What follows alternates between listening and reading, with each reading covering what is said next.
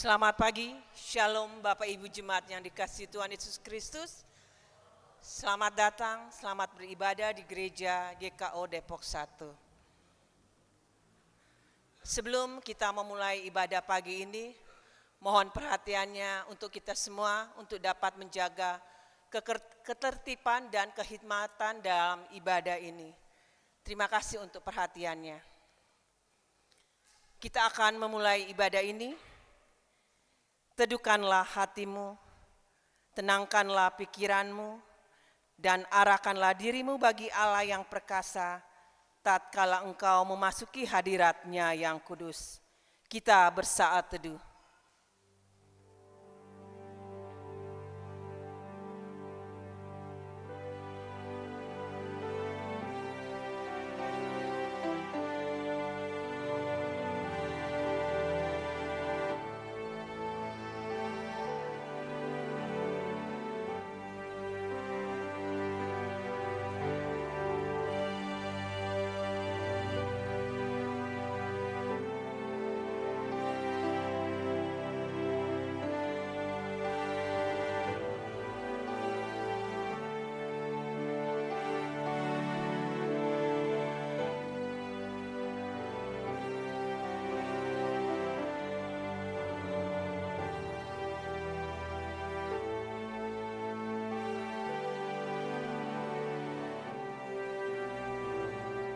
Saat teduh selesai,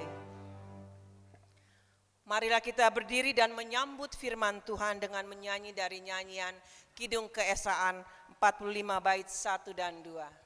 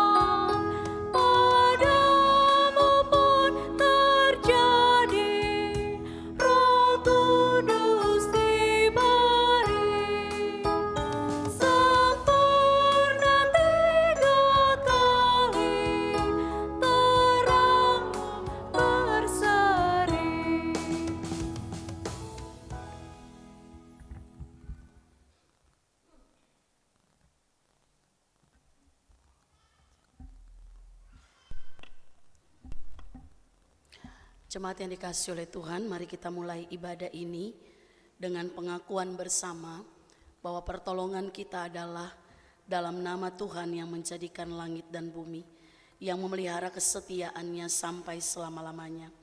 Turunlah atas saudara sekalian anugerah dan sejahtera dari Allah Bapa kita dan dari Tuhan kita Yesus Kristus. Amin.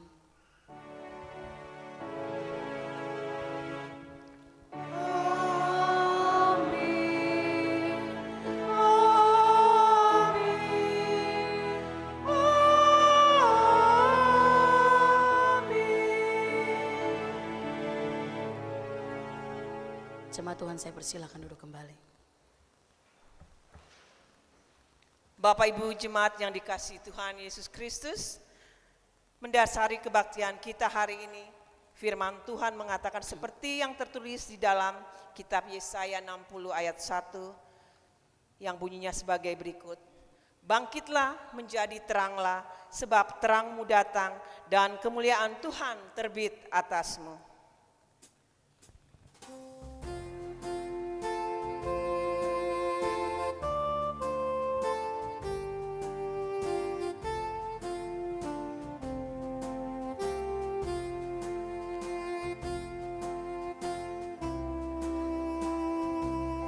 Seindah siang disinari terang, cara Tuhan mengasihiku. Seindah petang dengan angin sejuk, cara Tuhan mengasihiku. Tuhanku lembut dan penyayang, dan aku mengasihi Dia. Kasih-Nya besar, agung dan mulia, cara Tuhan mengasihiku.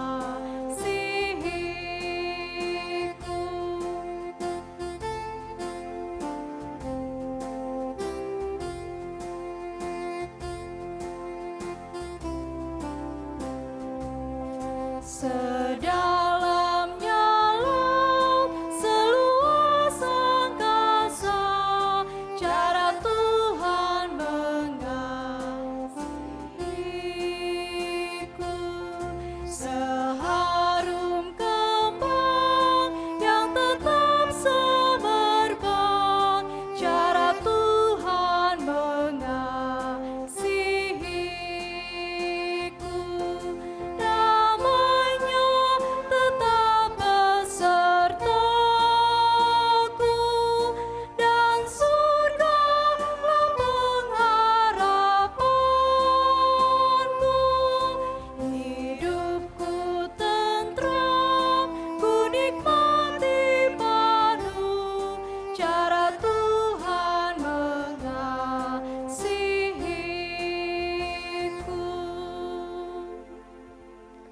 Hukum kasih, kita merendahkan diri di bawah hukum Tuhan menurut Matius 22 ayat 37 sampai 40 sebagai berikut.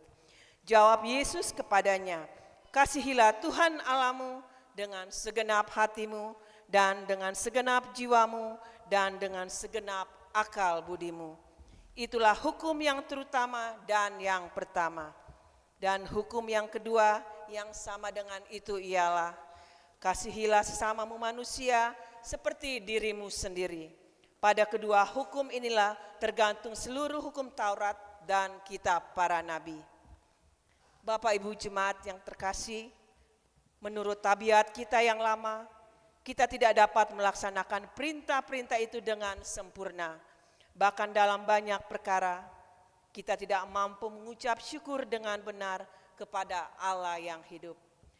Namun berdasarkan firman Tuhan di dalam 1 Yohanes 1 ayat 8 sampai 9, jika kita berkata bahwa kita tidak berdosa, maka kita menipu diri kita sendiri dan kebenaran tidak ada di dalam kita. Jika kita mengaku dosa kita, maka Ia adalah setia dan adil, sehingga Ia akan mengampuni segala dosa kita dan menyucikan kita dari segala kejahatan. Bapak Ibu Saudara, di atas janji Tuhan ini, marilah kita mengaku dosa-dosa kita dan mempersekutukan diri di dalam kekudusan Tuhan. Marilah kita mengaku secara pribadi.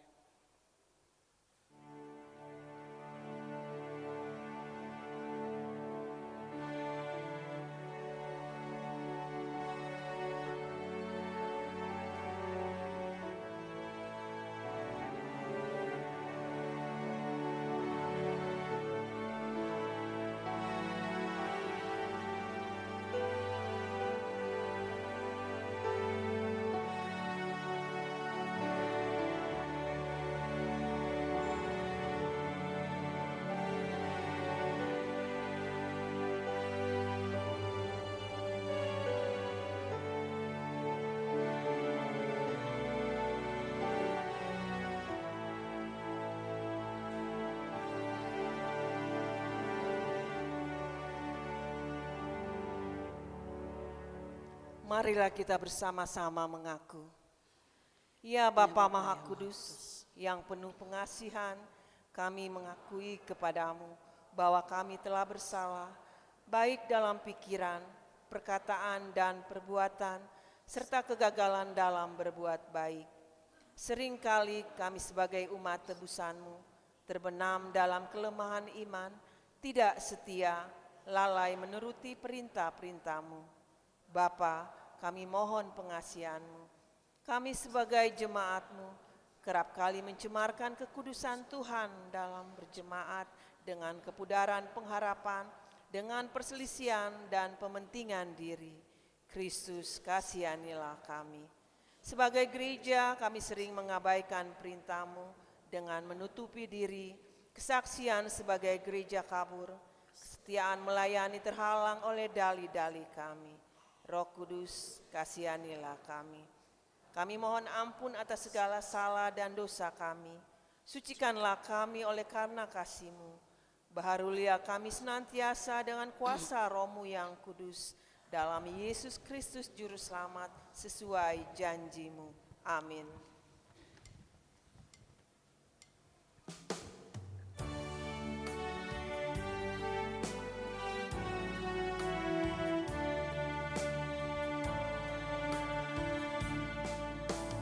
Jikalau Tuhan tidak menebusku dan Tuhan tidak mengampuniku, hidupku berbeban dan dosaku berat.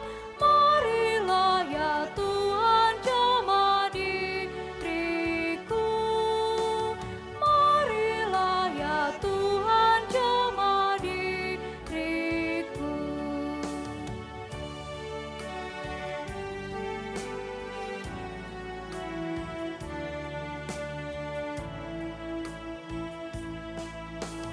Jikalau Tuhan tidak menjagaku dan tak menuntun, tak memimpinku, hidupku tak tentu dan langkahku sesat. Marilah ya Tuhan pimpin anakmu, marilah ya Tuhan pimpin anakmu. Saya mengajak jemaat Tuhan yang bisa berdiri, mari berdiri dan kita mendengarkan berita anugerah dari Tuhan. Selaku hamba Tuhan Yesus Kristus, saya memberitakan kepada saudara-saudara bahwa pengampunan dosa dari Allah telah berlaku di dalam nama Allah Bapa, Anak, dan Roh Kudus. Dan ini berlaku bagi setiap kita yang datang di hadapan Tuhan, mengaku dosa kita dan berkomitmen untuk hidup menurut janji Tuhan, firman Tuhan. Dan hari ini berita anugerah terambil dari Yesaya 60 ayat 2. Demikian sabda Tuhan. Sebab sesungguhnya kegelapan menutupi bumi dan kekelaman menutupi bangsa-bangsa, tetapi terang Tuhan terbit atasmu dan kemuliaannya menjadi nyata atasmu. Amin. Jemaat Tuhan, saya persilakan duduk kembali. Petunjuk hidup baru. Dengan demikian kita hidup dalam suatu hidup yang penuh dengan kelimpahan kasih Allah yang disebut hidup baru. Dengarlah petunjuk hidup baru yang terdapat di dalam Matius 5 ayat 16 sebagai berikut. Demikianlah hendaknya terangmu bercahaya di depan orang, supaya mereka melihat perbuatanmu yang baik dan memuliakan Bapamu yang di sorga. Amin.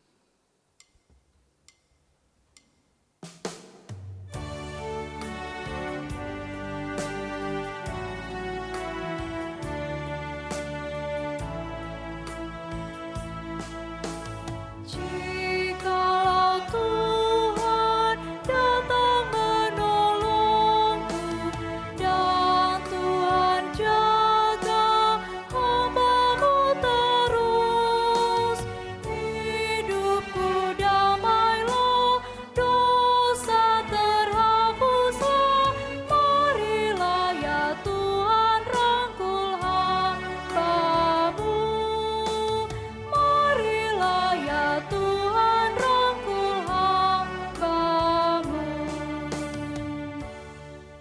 Jemaat diundang berdiri.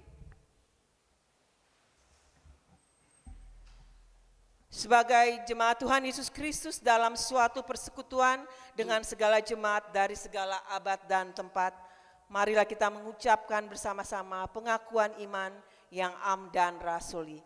Bersama-sama kita berkata, aku percaya kepada Allah, Bapa yang Maha Kuasa, Khalik langit dan bumi, dan kepada Yesus Kristus anak yang tunggal Tuhan kita, yang dikandung daripada Roh Kudus, lahir dari anak darah Maria, yang menderita di bawah pemerintahan Pontius Pilatus, disalibkan, mati dan dikuburkan, turun ke dalam kerajaan maut.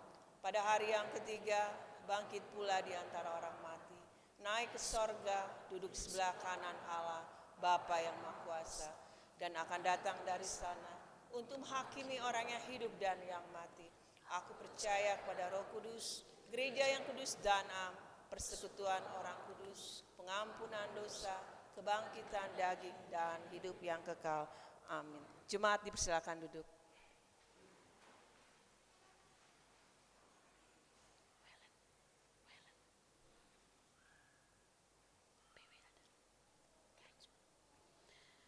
Mari jemaat Tuhan, kita siapkan hati kita untuk mendengarkan firman Tuhan.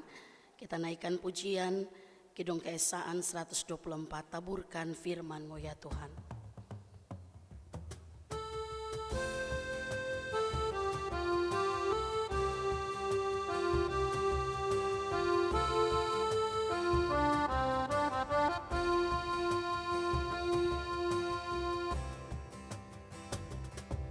Taburkan firman-Mu ya Tuhan, semaikanlah di hatiku, siramilah dengan Roh Kudus, bertumbuh dan makin mekar. Berikan kepada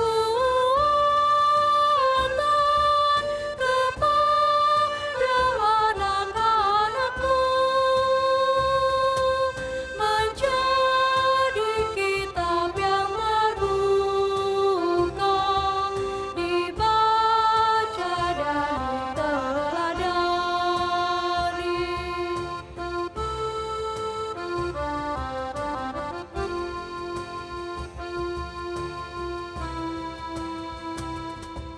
Firman-Mu pelita bagiku dan sumber bagi jalanku.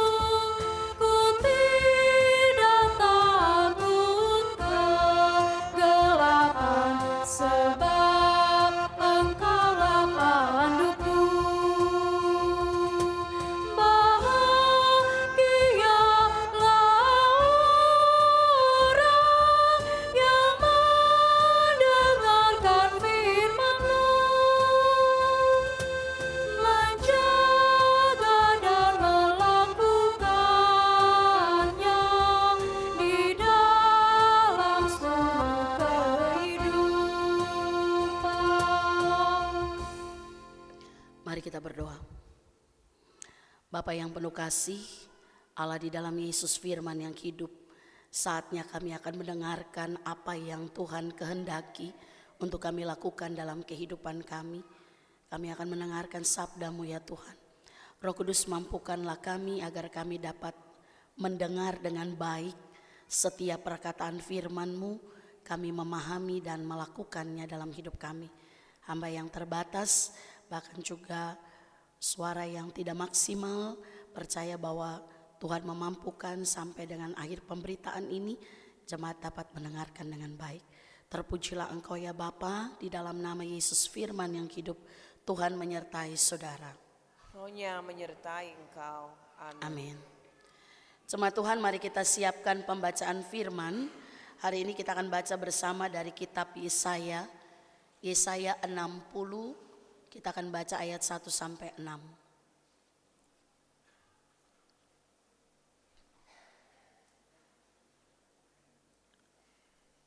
Saya ajak kita yang bisa berdiri, mari kita berdiri. untuk kita membacakan bagian firman Tuhan ini secara bersama-sama. Yesaya 60 ayat 1 sampai ayat 6 di bawah judul perikop kemuliaan Sion yang akan datang. Kita baca bersama demikian firman Tuhan. Bangkitlah, menjadi teranglah, sebab terangmu datang dan kemuliaan Tuhan terbit atasmu.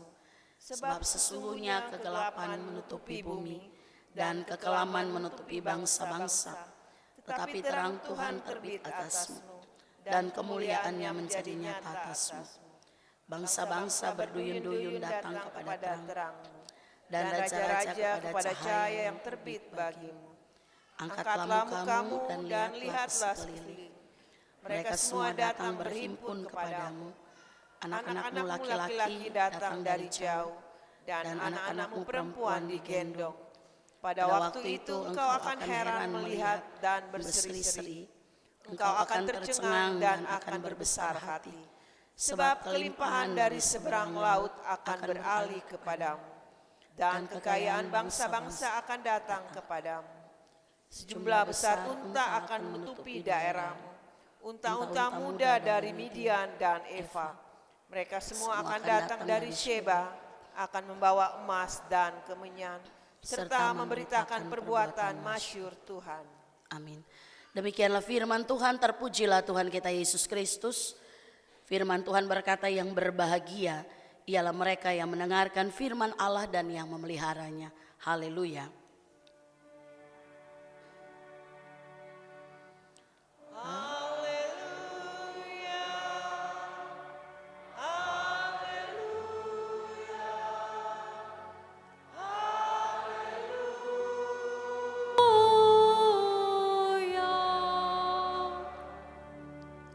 Jemaat Tuhan, saya persilahkan duduk kembali.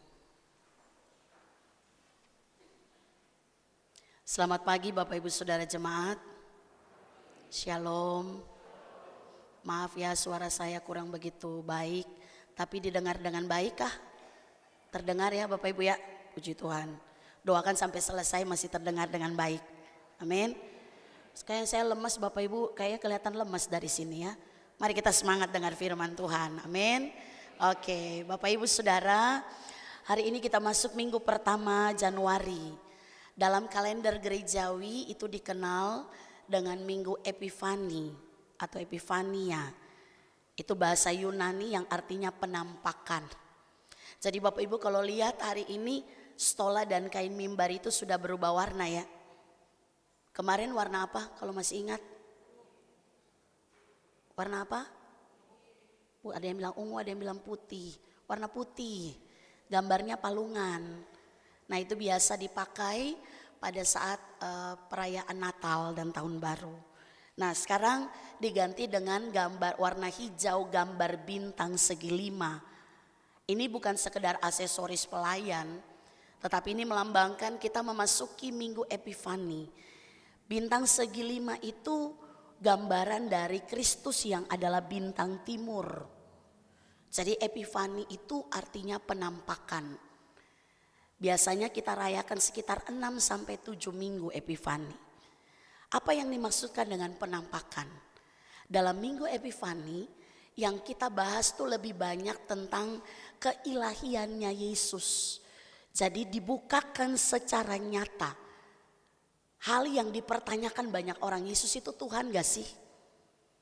Nah dalam firman Tuhan selama minggu Epifani itu diperdengarkan atau dibukakan bagi kita secara langsung.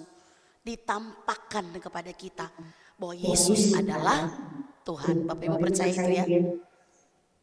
Itu iman kita yang berbeda dari iman-iman orang lain. Itu iman yang menyelamatkan. Maka sejak abad keempat dalam perayaan Minggu Epifani itu biasanya dibahas 4 peristiwa penting yang menggambarkan keilahian Yesus. Yang pertama peristiwa kelahiran tentunya. Ya. Makanya kenapa perayaan Natal gereja-gereja baik Ortodoks maupun Katolik ya. Bahkan juga beberapa gereja Protestan itu dirayakan setelah perayaan Natal yang kita biasa rayakan tanggal 24 dan 25. Gitu ya. Kalau orang Katolik dia rayakan Natal sebelum tanggal 25 karena itu masuk minggu Advent. Makanya Bapak Ibu ingat waktu saya pimpin perayaan Natal saya bilang malam ini kita nyalakan malam kudus, besok kita nyalakan minggu Advent lagi. Jadi udah kacau ini perayaan kalender gerejawi kita. Saya pernah usulkan perayaan Natal kita bikin aja tanggal 25 malam. Cuman masih ada yang bilang, Bu nanti jemaatnya protes. Benar gak tuh? Oh yang bukan yang saat ini hadir ya. Yang di luar kali ya. Saya bilang tanggal 24 malam karena itu lebih pas menurut kalender gerejawi. Sekaligus kita merayakan euforia Natal kita untuk masuk dalam hari esok tanggal 25. Tapi belum siap karena udah biasa Bu. Oke, sesuatu yang biasa untuk dirubah agak susah ya, betul ya. Tapi kalau sesuatu yang baik kenapa tidak kita lakukan itu. Betul Bapak Ibu? Jadi setuju tanggal 24 malam?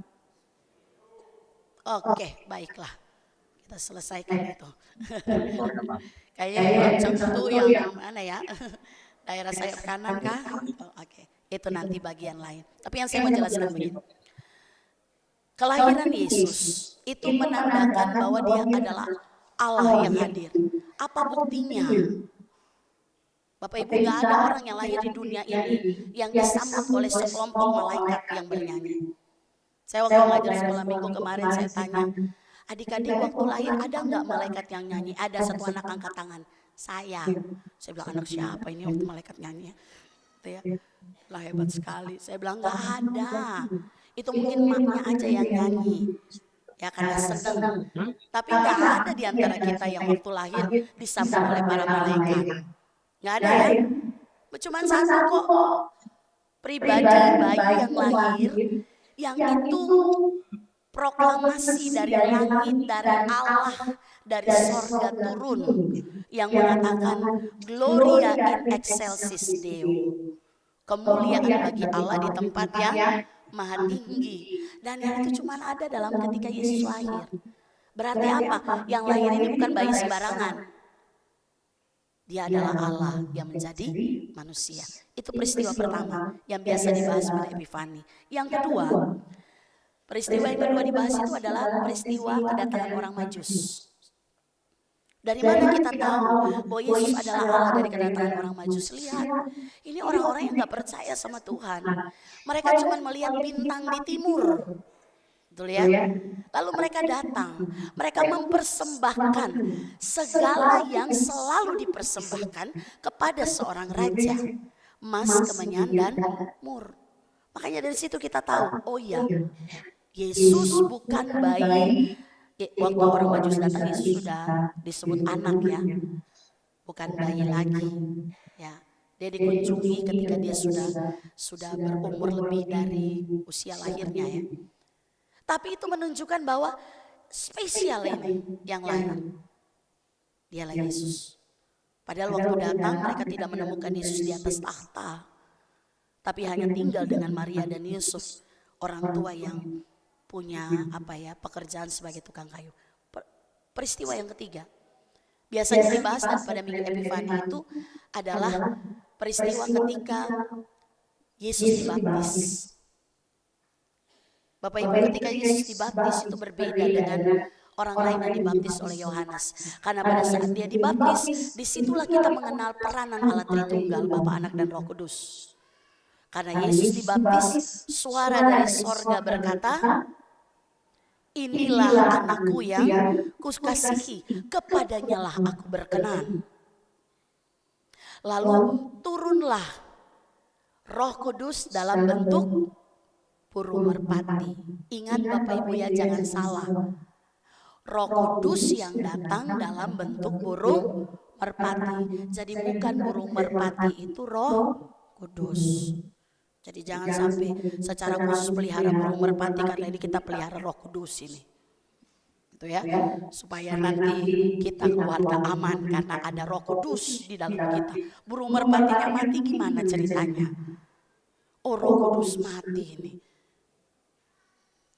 Jadi jangan salah, karena ada orang yang punya kesalahpahaman kayak gitu. Jadi nggak mau bunuh burung merpati karena itu lambang Roh Kudus. Itu lambang. Sama dengan perjamuan. Roti itu hanya lambang, anggur itu hanya lambang. Waktu kita makan tetap jadi roti dan anggur. Cuman punya makna. Kita dipersatukan dengan tubuh dan darah Kristus. Peristiwa yang keempat yang menggambarkan keilahian Yesus yang biasa dibahas pada Minggu Epifani adalah peristiwa pertama kali Yesus melakukan mujizat. Di mana itu? Di Kana. Ya. Disitulah pertama kali Yesus melakukan mujizat. Bukan mujizatnya, tetapi waktu Maria dia datang kepada Yesus, dia bilang, kira-kira dia mau bilang gini, tolonglah. Kenapa? Karena hanya Maria yang tahu siapa anak ini. Betul ya? Waktu setelah itu Maria bilang, dia menyimpan itu di dalam hati. Karena kan yang terima pesan adalah Maria. Anak yang akan kau lahirkan adalah kudus dari Allah. Itu dia. Jadi itu yang biasa dibahas pada Minggu Epifani. Minggu penampakan. Lalu kenapa GKU memilih Yesaya 60? Ini pun biasa dibacakan pada Minggu Epifani. Karena bicara tentang nubuatan kehadiran sang terang, bintang timur itu, yaitu Yesus Kristus. Tema kita hari ini menjadi terangnya Tuhan. Bapak Ibu Saudara, kalau bicara tentang menjadi terang, saya ingat perkataan seorang teolog Inggris John Stott. Itu dia menulis beberapa buku cukup menarik dan mudah untuk kita pahami. Kalau sempat jalan ke toko buku Kristen, coba beli karangan-karangan John Stott. Dia bilang begini, jangan tanyakan mengapa dunia ini semakin membusuk. Tanya kemana garamnya. Jangan tanyakan mengapa dunia ini semakin gelap. Tanyakan kemana terangnya. Kira-kira kalau Bapak Ibu dengar kalimat ini, itu ditujukan kepada siapa? Kita. Betul ya? Kalimat ini menemplak kita harusnya. Menampar kita kalau boleh saya bilang seperti itu. Karena dia mau bilang begini, kebusukan dunia, kegelapan dunia, artinya dunia ini ditutupi oleh dosa karena tidak ada garam dan terang yang berfungsi. Maka kita ingat perkataan Tuhan Yesus. Yesus pernah katakan kepada murid-murid dan itu juga berlaku bagi kita. Matius 5 ayat 13 Yesus bilang, kamu adalah garam dunia. Apa artinya itu? Berarti kita itu punya tanggung jawab untuk memberi pengaruh. Garam itu punya pengaruh, kalau nggak ada garam nggak ada rasa. Kira-kira begitu ya. Garam itu punya pengaruh. Artinya hidup kita sebagai orang yang percaya kepada Kristus harus beri cita rasa yang lain kepada dunia ini. Garam itu juga punya fungsi mengawetkan, mematikan semua kuman yang membusuk. Artinya Tuhan katakan kita pun tugasnya di dunia ini matikan semua hal yang membusukkan dunia ini. Ya bagaimana kita bisa matikan kalau kita ada di situ? Kira-kira begitu. Oleh karena itu dia katakan jangan tanya kenapa dunia membusuk. Tanya kemana garamnya. Mana tuh orang Kristen? Mana orang yang berkata bahwa saya percaya kepada Kristus dan mengalami kemenangan. Karena banyak sekali orang Kristen yang terjebak, terjerumus dalam kegelapan dunia dan kebusukan dunia. Matius 5 ayat 14 Yesus katakan kamu adalah terang dunia. Artinya Bapak Ibu Saudara, kalau kita bilang kita percaya Yesus, maka dalam hidup kita ada tanggung jawab besar yang Tuhan berikan kepada kita untuk melakukan sesuatu di tengah dunia ini, untuk menyatakan karya Allah di tengah dunia yang sejak awal dosa masuk itu sudah dipenuhi dengan kebusukan dan kegelapan. Makanya persoalan tidak selesai-selesai ya kita hadapi dalam hidup ini. Perang dunia pertama, perang dunia kedua, orang bilang sekarang perang dunia ketiga. Konflik dalam hidup keluarga tidak berhenti. Sampai hari ini masih ada. keluarga yang hidup dalam konflik, suami, istri, orang tua, anak. Bahkan ada yang merasa keluarga tidak lagi menjadi surga, tapi seperti neraka. Jadi kalau saya masuk mendingan saya di luar aja, nanti pas mau tidur baru datang tidur. Tidak lagi menjadi sesuatu yang menyenangkan. Sepertinya semua tertutup oleh kebusukan dan kegelapan dunia. Maka dipertanyakan bagaimana tanggung jawab kita. Tapi hal yang juga menjadi refleksi kita ya. Bapak Ibu Saudara dan saya juga kita sadar siapa kita di hadapan Tuhan, betul ya. Kita juga bukan orang yang yang kudus-kudus banget, suci-suci banget, gak pernah bikin dosa. Meskipun tiap hari kegiatan di gereja ada. Gitu ya. Ini kegiatan kita di GKU Depok 1 luar biasa loh. Senin doang tuh kita gak ada di gereja. Tapi mulai Selasa ada Dorcas. Walaupun sebulan sekali kan. Rabu ada ibadah rumah tangga walaupun tidak semua hadir. Tuh ya. Wajahnya saya hafal loh siapa yang hadir rumah tangga. Udah yang gak hadir gak usah merasa terhakimi lah. Tuh ya. Cuman yang kita bilang ya udahlah kalau gitu tahun ini saya mau datang ibadah rumah tangga. Karena di ibadah rumah tangga itu kita bahas firman hari Minggu, diperdalam lagi. Hari Kamis ada persiapan majelis. Persiapan majelis itu kita tidak hanya persiapkan ibadah, tapi kita bahas firman Tuhan yang menguatkan kita. Para pelayan untuk berdiri menjadi pelaksana pertama firman Allah. Hari Rabu ada rentar persiapan. Sempat dipindahkan hari Selasa. Hari Sabtu ada Pelpri. Sebulan sekali, sebulan 2 kali. Cuman yang PA itu gak tahu kenapa bapak-bapak susah sekali hadir. Tapi kalau ibadah hadir. Ya. Artinya setiap hari kita ada di area itu. Seharusnya gak ada kesempatan lagi bikin dosa kayaknya ya. Karena setiap hari kita ada di gereja. Tapi bukan itu. Firman Tuhan katakan, apa yang menjadi jaminan bagi kita, bukan rutinitas agama kita. Tapi yang menjadi jaminan kita berfungsi sebagai terang dan garam di tengah-tengah dunia ini adalah pribadi Yesus Kristus. Kenapa? Karena dia sendiri memproklamirkan siapa dirinya. Aku adalah terang. Itu dia. Kalau baca di Injil Yohanes Bapak Ibu, itu ada sekitar 7 pernyataan Yesus tentang siapa dirinya. Dia katakan, aku adalah terang dunia. Aku adalah gembala yang baik. Ya. Sudah 2, yang 5 sisa cari sendiri di dalam Injil Yohanes ya. Biar baca kira-kira gitu. Ya. Itu pernah kita bahas di ibadah minggu. GKO pernah mengambil akulah. Itu dalam pembahasan 7 minggu kalau gak salah saya ingat. Itu tahun berapa saya sudah lupa. Akulah terang dunia, akulah jalan kebenaran dan hidup. Oh sudah 3, berarti PR Bapak Ibu 4 dicari di rumah. Nah Bapak Ibu Saudara, Yesus katakan akulah terang dunia. Berarti kalau kita mau berfungsi sebagai terang dunia, melekatlah pada sumber itu, kira-kira begitu. Kalau kita dekat dengan sang terang, maka sang terang memancarkan kita dan kita pancarkan terang itu juga bagi kehidupan orang lain. Jadi jaminannya adalah Yesus. Kenapa? Karena Yesus Kristus yang memberikan tanggung jawab kepada kita.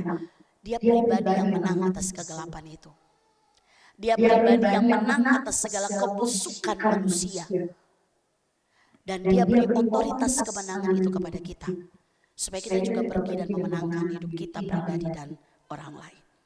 Mungkin masih abstrak bagi kita ya. Kalau kita bicara tentang saya adalah terangnya Tuhan.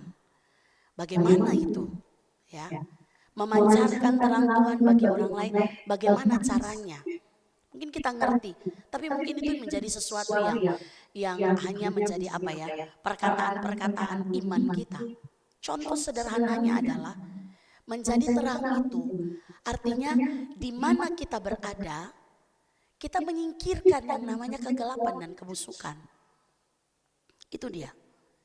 Berarti menjadi terang, hidup kita berdampak baik bagi orang lain.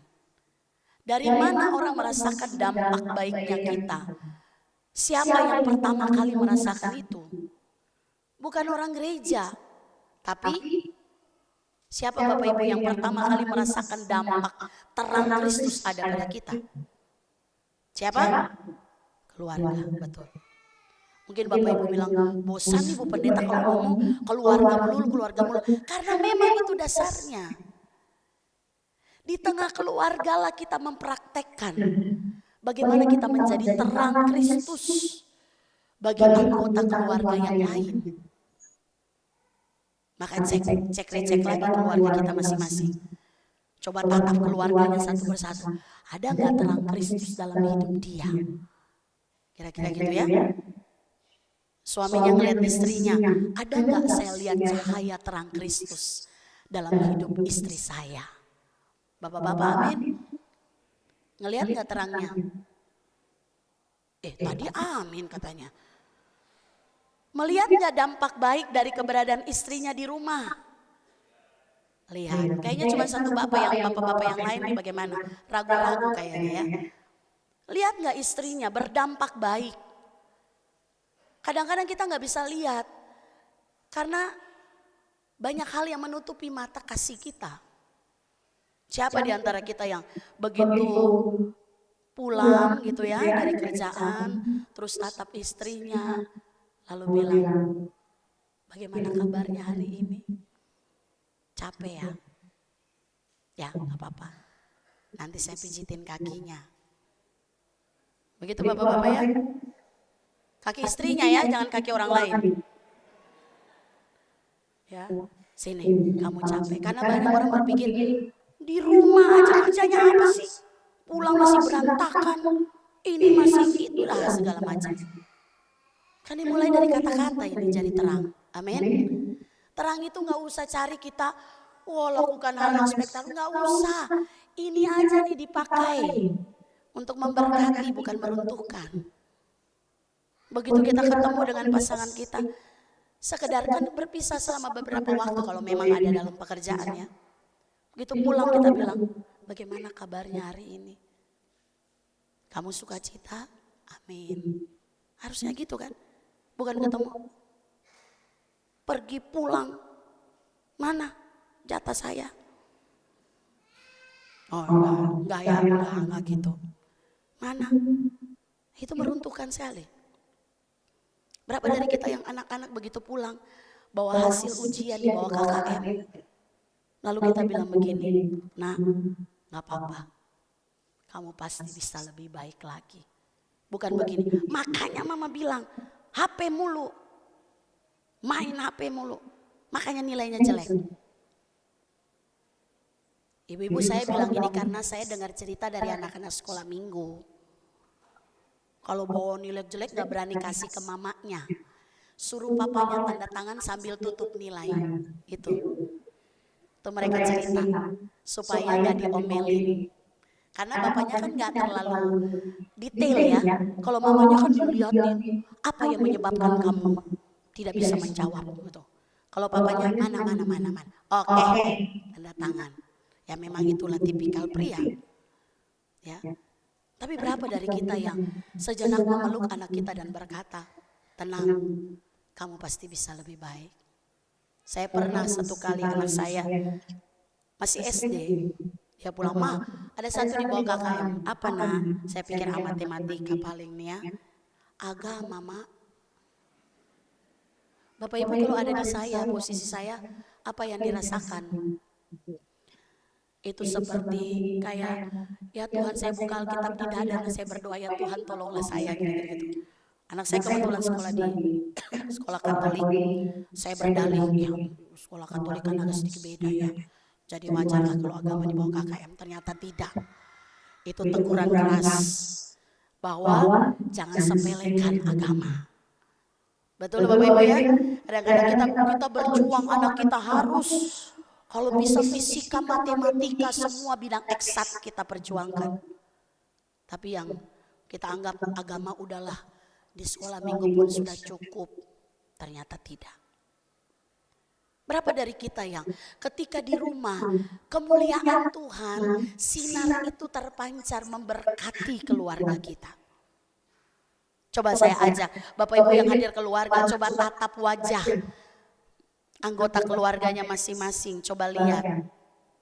Ini karena duduk jauh-jauhan sih susah. Tuh ya. Natapnya nggak usah kayak begitu Pak. Natap kayak pengen gitu ya. Saya lihat dari sini loh. Kelihatan dari mimbar. Dilihatin, benar nggak? Saya ini sudah berfungsi, berdampak baik bagi dia. Kan sederhana banget Bapak Ibu ya, menjadi terang itu. Nggak perlu kita harus melakukan hal-hal spesial. Nggak usah, di rumah dulu deh, cek lagi. Waktu kita hadir di tengah keluarga, apakah keluarga merasakan damai sejahtera itu? Dengan kata-kata, tadi saya bilang mulai dari sini dulu deh. Kata-kata kita itu penting. Karena kata itulah yang membangun spirit orang lain untuk bertumbuh. Waktu kita lihat, mungkin suami pulang dari kantor, mukanya agak sedikit karena banyak beban, mungkin lagi ditekan sama bosnya di kantor. Begitu pulang, nggak usah ditekan lagi sama bos yang di rumah. Tuh ya, katakan, sudah mari sini kita berdoa. Saya pernah dengar cerita, suami saya cerita satu ketika ada dimarahin sama bos, tiba-tiba dia buka. Jadi semua dimarahin, tiap kali dimarahin dia buka dompetnya, dia lihat, terus dia ketawa. Terus dia bilang begini, kenapa tiap kali saya marah kamu ketawa? Saya lagi lihat foto istri saya, ternyata Mak, ada yang lebih tidak seperti kamu galaknya. Artinya dia ketawa bahwa kamu masih lebih galak dari ini. Itu cerita lucu ya. Jangan juga bapak-bapak praktekkan itu ya. Bawa foto suami istrinya lalu bilang, kamu masih lebih galak. Enggak. Kalau hidup dalam Tuhan gak ada kalimat itu. Amin. Bapak Ibu Saudara, menjadi terang. Itu status kita. Mulailah dari pikiran kita, mulut kita. Yesus berikan itu. Maka jauh sebelum Yesus nyatakan itu kepada para murid, Yesaya membuatkan itu. Bahwa akan datang terangnya Tuhan melalui kehidupan Sion. Siapa Sion? Sion itu kota Allah, kota Daud. Tapi Sion juga melambangkan bangsa Israel. Jadi Yesaya mengatakan melalui Israel akan datang terang. Di mana semua bangsa akan berduyun-duyun datang ke situ. Ke Sion, ke Israel. Walaupun kita tahu dalam perjalanan bangsa Israel, mereka menolak kehadiran sang terang itu. Yaitu Yesus Kristus, ya kan? Mereka tidak mengakui keberadaan Kristus. Tapi nubuatan ini nyata jadi. Bahwa dari keturunan Israel lah Yesus hadir. Yesus datang dari keturunan suku apa Bapak Ibu? Suku apa? Yehuda. Ya kan? Bukan Ruben yang paling besar, bukan Yehuda. Artinya dari garis itulah hadir sang terang yang oleh dia semua bangsa datang termasuk kita. Berduyun-duyun mencari keselamatan itu. Nah, ketika Israel tidak mampu berfungsi, Yesus nubuatkan itu bagi setiap kita. Nubuatan itu digenapi ketika Tuhan Yesus memberikan itu kepada murid-muridnya. Dia katakan dia hadir sebagai sang terang, lalu dia berikan itu kepada murid-muridnya. Sampai pada akhirnya para rasul bekerja dan gereja dibentuk sampai hari ini. Makanya status itu tidak pernah berubah. Bapak, Ibu, dan saya adalah terangnya Tuhan. Amin. Ya, kita terangnya Tuhan itu gak berubah. Nubuatan itu berlaku bagi setiap kita murid Kristus, berlaku bagi setiap kita gereja. Makanya dalam perjalanan kehidupan kita, yang harus jadi fokus kita adalah bagaimana hidup saya berdampak baik bagi orang lain. Bagaimana ketika saya ada orang merasa nyaman. Bukan ketika saya ada orang gak nyaman. Ada yang bilang, udah gak usah ajak dia lah. Kalau dia ada gak enak, gak asik, kita-kita aja lah. Berarti ada yang gak beres dengan kita. Ya, bukan berarti bahwa apa-apa kita harus bareng terus, enggak. Tapi kalau ada kalimat seperti itu, berarti kita harus refleksi diri. Saya pernah dapat kalimat itu. Gak usah, ini terlalu streng, terlalu ini, apa-apa salah. Ya udah, Berarti mungkin cara saya menyampaikan yang tidak disukai oleh orang. Kadang-kadang kebenaran itu nggak bisa diterima karena mungkin secara kita menyampaikan gitu ya. Sehingga saya belajar, oh iya, ada saatnya harus tegas, ada saatnya harus ada dalam pembimbingan pastoral. Nah Bapak Ibu Saudara, Yesus berikan itu kepada kita. Oleh karena itu, gereja pun harus hadir untuk memberi dampak. Tidak hanya sekedar urus masalah spiritual kita, enggak. Tapi kita mengurus sampai ranah sosial. Apa yang harus kita kerjakan. Karena itu yang dikerjakan oleh Tuhan Yesus. Bapak Ibu perhatikan, pelayanan Yesus 3,5 tahun. Tidak hanya urus masalah rohani. Tapi dia juga urus sampai masalah sosial. Dia tidak hanya tentang orang-orang Farisi ahli Taurat yang hidup munafik, tidak. Dia juga urus pemungut cukai, orang-orang berdosa, perempuan pesinah, yang mereka disebut masyarakat kelas 2. Yesus urus mereka sampai mereka diterima dalam kehidupan sosial. Berarti itu pun menjadi tugas kita. Tidak hanya berurusan pada hal-hal yang berbau ritual gereja, tapi juga sampai pada hal-hal sosial yang kita lakukan. Oleh karena itu mari kita cek kembali. Jangan sampai kita ketika di gereja, kita ada dalam kehidupan yang begitu harmonis luar biasa. Bagaimana ketika kita ada di tempat tinggal kita masing-masing. Bapak Ibu pernah nggak mendoakan tetangga yang mungkin tidak seiman dengan kita? Iya kan? Penting bagi kita mendoakan mereka. Supaya apa? Ketika kita berinteraksi, Roh Kudus menuntun kita dan juga menolong mereka menerima keberadaan kita. Karena saya tahu Depok bukan basis Kristen. Beda kalau kita tinggal di Manado, kita tinggal di Ambon, ya kiri kanan depan belakang juga sekeluarga kira-kira gitu. Tapi kalau di sini kan samping kiri kanan berbeda dengan kita. Apalagi Anyeri 8 nomor 16. Bapak Ibu tahu di mana itu? Kalau ada jemaat GKO yang nggak tahu, Anyeri 8 nomor 16 keterlaluan. Karena itu rumah sudah ajak sejak tahun 80-an. Betul ya? 80-an ya yang ya? Oh, malah 70-an malah. Iya 80-an. Itu rumah itu di situ. Saya waktu tinggal di situ, tiba-tiba ada ibu-ibu yang lewat. Shalom, saya bilang, shalom. Dia tahu saya orang Kristen gitu ya. Ternyata karena mereka tahu itu rumah gereja. Bapak Ibu Anyeri 8 nomor 16 itu pastori. Nggak pernah datang di pastori makanya nggak tahu kan. Ya. Mereka tahu itu rumah gereja. Dan mereka bilang, oh ibu, Pak Pendetanya udah ganti ya? Saya bilang iya. Oh ibu istrinya, saya pendetanya. Saya bilang gitu. Jadi dikirain suami saya yang pendeta, memang dia kelihatan lebih pendeta dari saya kayaknya ya. Tuh ya. Oh ini istrinya Pak Pendeta ya, saya bilang saya pendetanya. Oh perempuan ya? Iya. Oh udah ganti ya? Oh iya. Bayangin kalau dia datang, dia lihat kondisi. Pastori lagi berantakan, hancur-hancuran. Dan mereka bilang itu orang Kristen loh, rumah gereja. Makanya saya pertama kali tinggal saya sapu, bersihin dari ujung gang sampai ke halaman tetangga. Mereka bilang, rajin ya Bu, sekalian di tempat saya. Bersihin sendiri lah. Ya. Kebayang gak kita hadir di tengah-tengah lingkungan dan orang menilai siapa kita? Jangan sampai orang bilang, itu orang Kristen kok kayak begitu sih? Lewat gak pernah tegur sapa. Betul ya? Oh, di sini enggak lah. Kalau Depok mah aman, kehidupan persaudaraan yang kuat sekali. Tapi jangan cuma terjadi di sini, harus terjadi juga di tempat tinggal kita.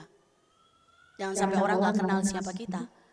Lalu orang bilang nggak tahu tuh Bu, masuk lewat karena kayak nggak melihat orang, lewat aja tuh nggak tegur. Ya, saya pernah sakit tegur tetangga. Tamu tetangga pun saya Pak, ya. Dia juga bingung, ramah banget ini tetangga gitu ya, karena saya belum terlalu kenal. Nah Bapak Ibu Saudara, itulah fungsi kita. Yesus katakan jadi terang itu nggak usah susah-susah, sederhana saja. Dari dalam rumah, masuk ke dalam lingkungan kita gereja, Kehadiran kita memberkati satu dengan yang lain. Bapak Ibu kenal kiri kanan yang duduk? Ini karena dulu sekeluarga pasti kenal lah ya. Kenal ya? Jangan sampai kita duduk satu gereja kita gak saling kenal. Saya juga belum hafal semua jemaat. Tapi saya kenal wajahnya. Sehingga saya kalau jalan ke pasar Kemiri saya cek lagi. Jangan-jangan jemaat ini. Ya udah semua aja saya tegur aja lah. Daripada nanti ada yang gak sempat tertegur, terupanya itu jemaat. Gitu ya. Nah Bapak Ibu Saudara, oleh karena itu ketika kita mengatakan kita adalah pengikut Kristus, urus rohani kita dan juga kehidupan sosial kita. Karena itu terang, itu menggarami, menerangi. Keluarga kita, gereja harus menjadi tempat di mana orang dibebaskan dari kegelapan, dari kebusukan. Jangan kita terjebak dengan ritual keagamaan yang terkadang mengikat kita pada sistem yang kaku.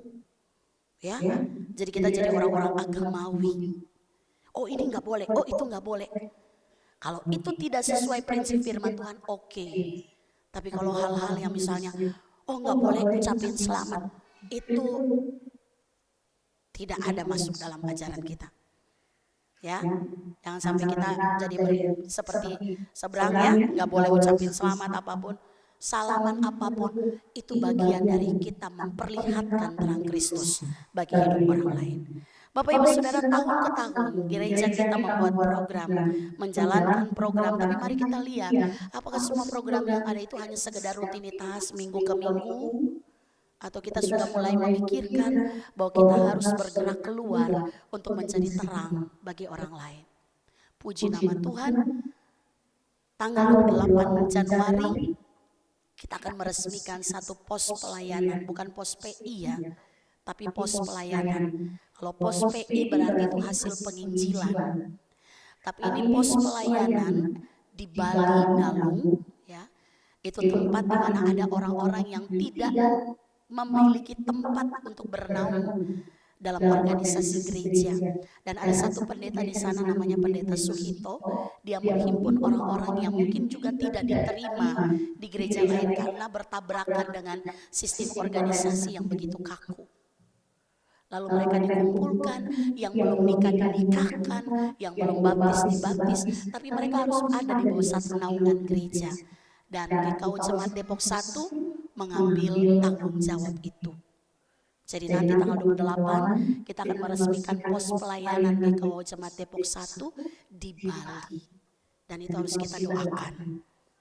Ada beberapa anak-anak Tuhan di sana yang mereka tidak bisa ada di beberapa gereja yang cukup apa ya.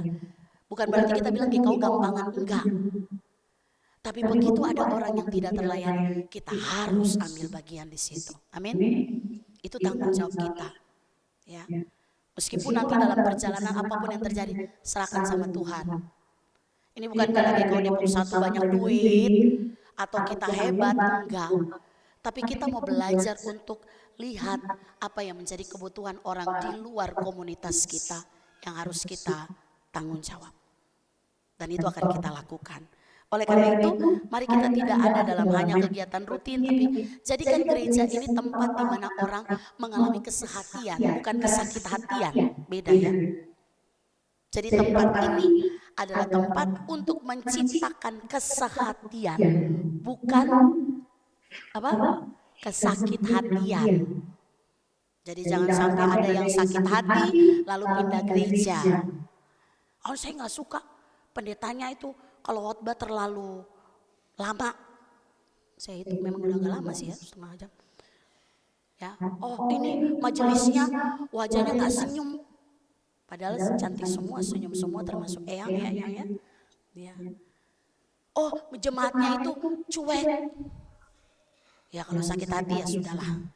Di sini tempat menciptakan kesehatian, bukan kesakit hatian. Tempat kita merasakan ketulusan, bukan kebulusan. Disinilah tempatnya. Ini rumah kita. Maka rumah ini harus memancarkan terang. Anggota yang ada di dalamnya, kita pulang ke tempat di mana kita ada. Hiduplah berdampak baik bagi orang lain. Kalau ada orang yang tegur, kamu sih baik, tapi kadang-kadang ya udah perbaiki yang kadang-kadang itu. Amin ya. Jangan sampai, kan kadang-kadang memang saya orangnya begini. Ya nggak bisa. Kita harus juga mampu memberi dampak baik bagi orang lain. Doa saya, Tuhan memberkati Bapak Ibu Saudara untuk menjadi terangnya Tuhan dimanapun kita berada. Amin. Kita berdoa. Ya Tuhan, ya Allah kami, perlengkapilah kami senantiasa dengan kebenaran firman-Mu. Sehingga ketika kami pulang dari ibadah kami secara ritual ini, kami memasuki ibadah aktual kami, di mana kami berinteraksi dengan orang lain, baik itu keluarga kami, istri kami, suami kami, anak-anak kami, mertua, menantu, bahkan juga sanak keluarga kami. Kami juga berinteraksi dengan anggota seiman gereja Tuhan di tempat ini, bahkan juga dengan orang-orang yang tidak kami kenal. Kami berdampak baik. Kehadiran kami menjadi berkat, bukan batu sandungan. Dan kami boleh menjadi terang dimanapun kami berada. Terang tidak sekedar kami berinteraksi, tapi kami juga memperlihatkan kebenaran Allah. Dengan kami tidak kompromi terhadap dosa dalam bentuk apapun. Itu bagian yang Tuhan inginkan kami kerjakan untuk menghadirkan terang di tengah kegelapan dunia ini. Meteraikan firman ini dalam hati kami ya Bapa, dalam nama Yesus kami berdoa. Amin.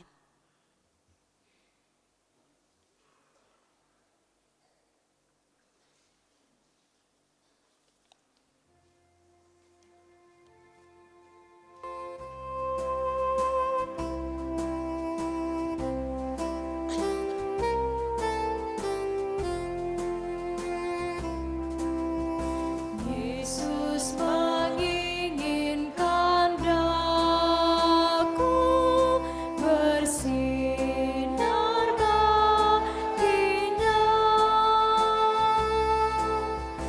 dimanapun ku berada, ku mengenangkannya. Bersinar, bersinar, itulah kehendak Yesus. Bersinar, bersinar, aku bersinar terus.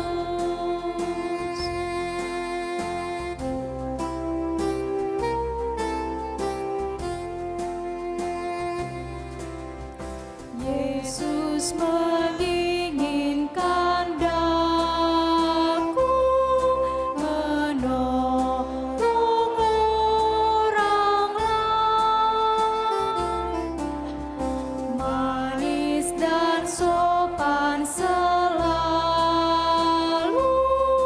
ketika ku bermain. Bersinar, bersinar, itulah kehendak Yesus. Bersinar, bersinar, aku bersinar terus. Jemaat Tuhan, mari kita satukan hati kita dan menaikkan beberapa pokok doa. Dalam doa syafaat kita berdoa.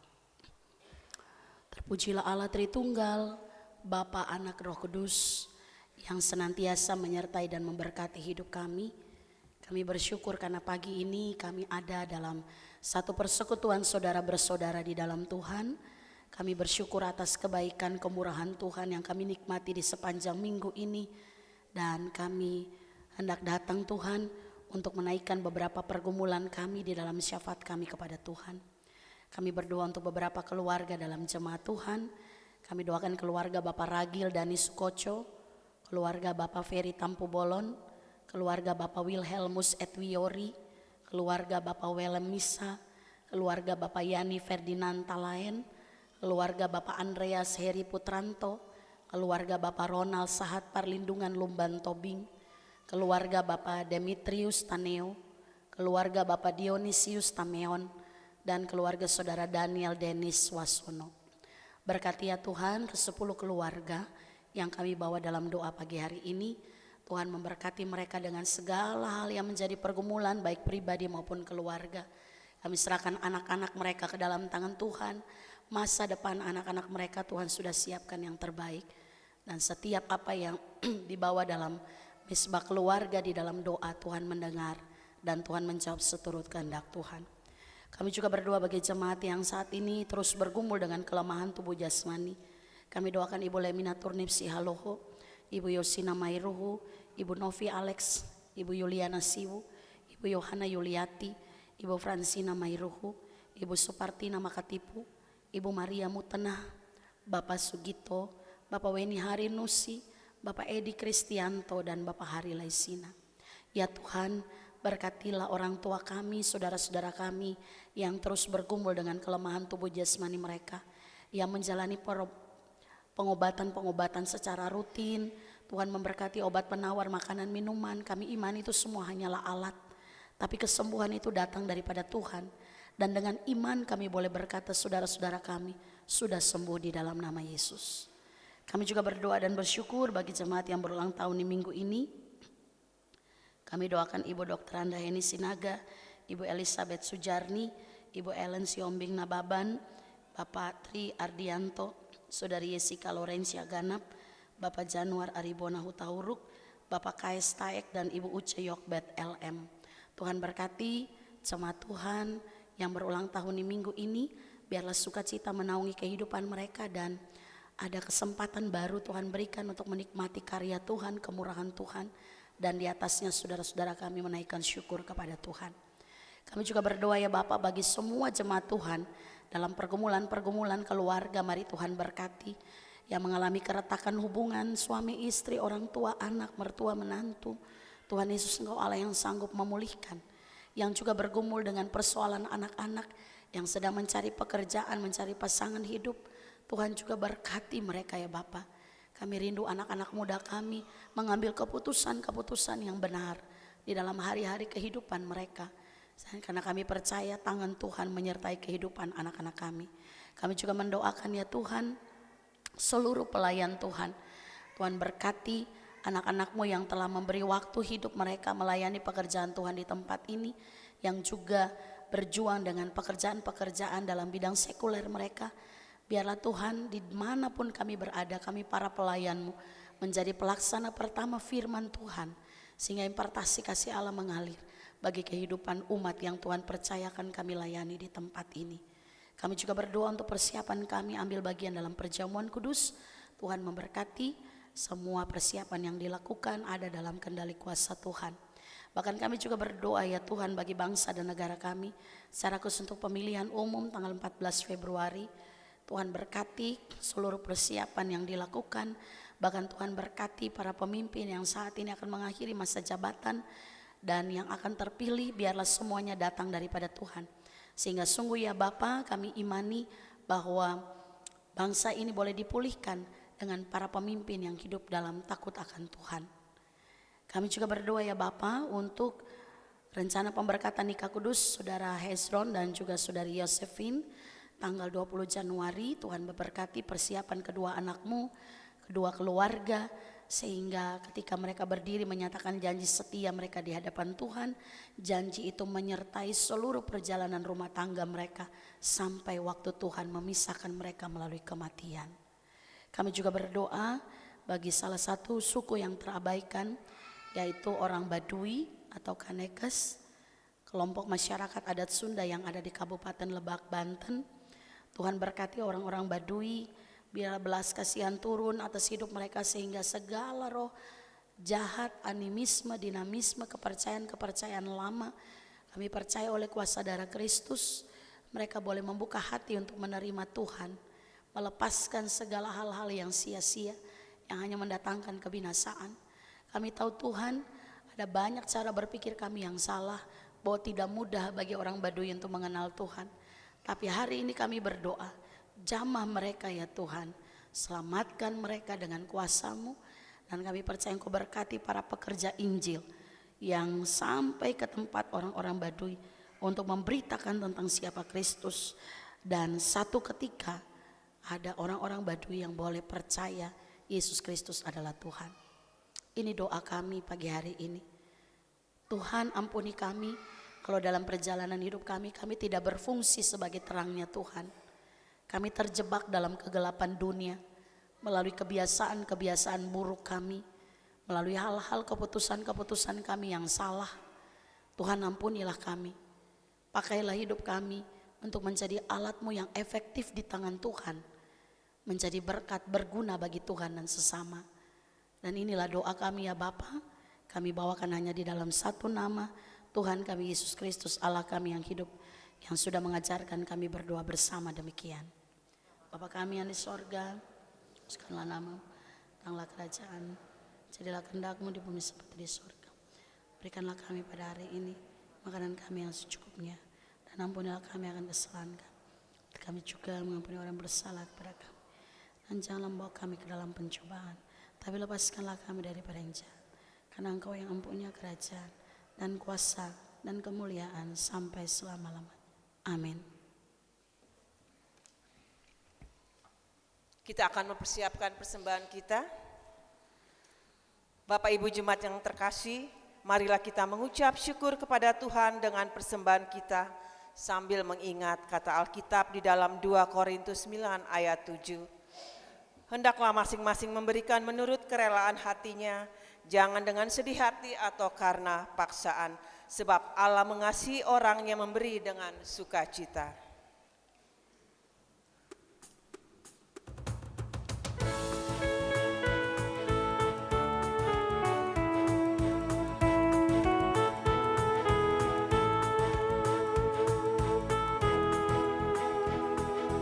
Hidup kita yang benar haruslah mengucap syukur dalam Kristus.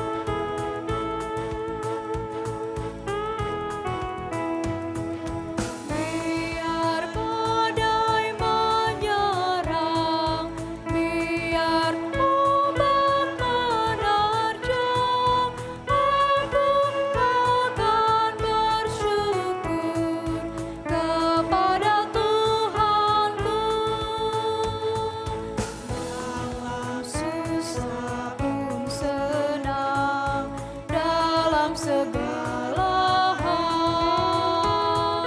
Aku bermazmur dan ucap syukur, itu kehendaknya. Bapak Ibu diundang berdiri. Kita mengucap syukur dalam doa yang kita ucapkan bersama-sama. Sekarang ya Allah kami bersyukur kepadamu dan memuji namamu yang agung itu. Sebab siapakah kami ini sehingga kami mampu memberikan persembahan sukarela seperti ini. Sebab daripada mula segala-galanya dan dari tanganmu sendirilah persembahan yang kami berikan kepadamu. Amin.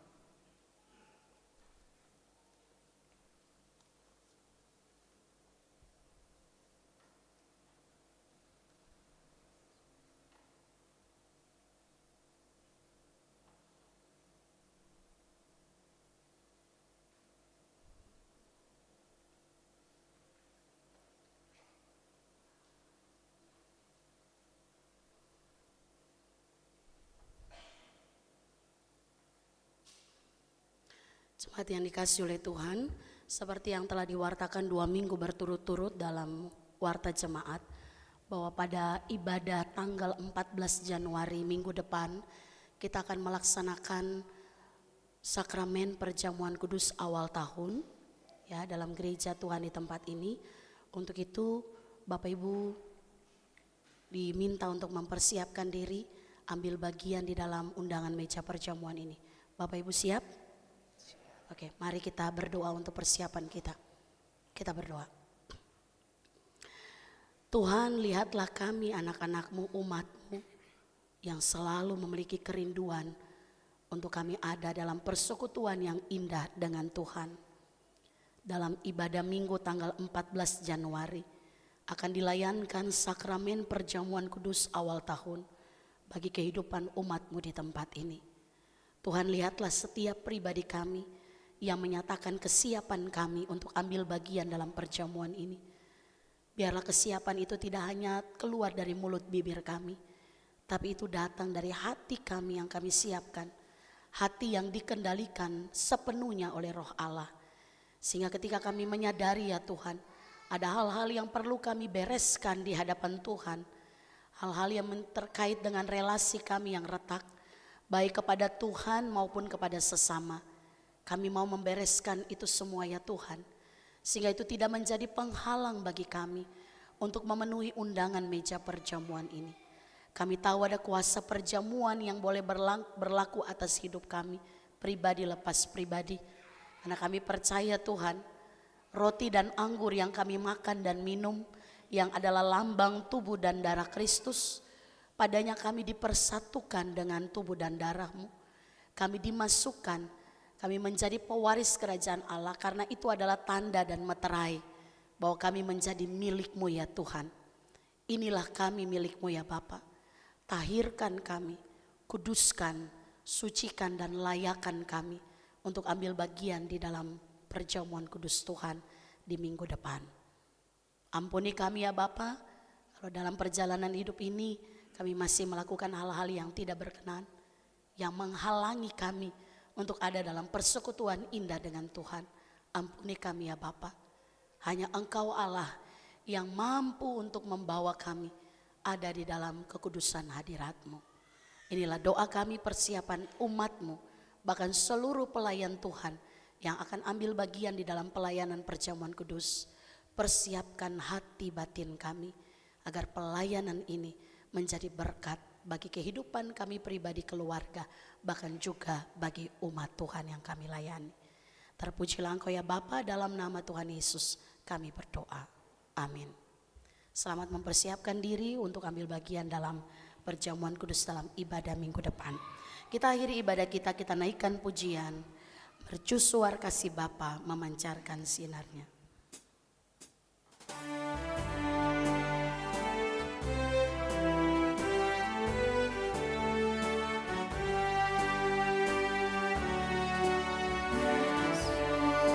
Kasih Bapa memancarkan sinarnya, namun sulur yang di pantai kita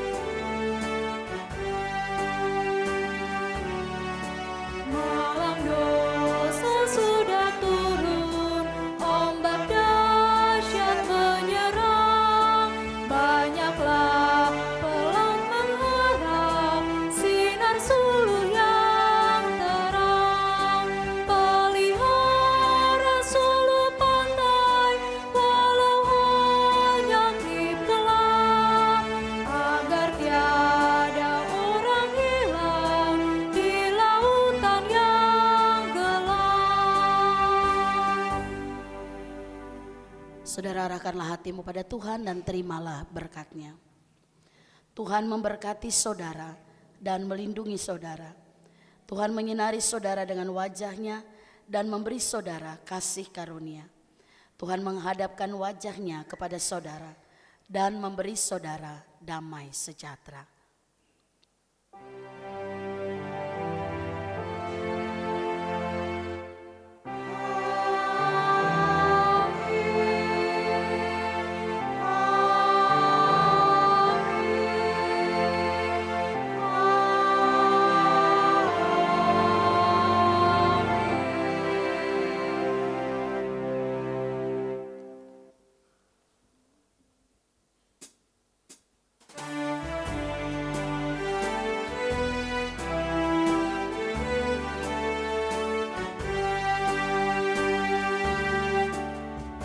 Peliharalah sulungmu agar orang yang cemas, yang mencari pelabuhan dari mana terlepas.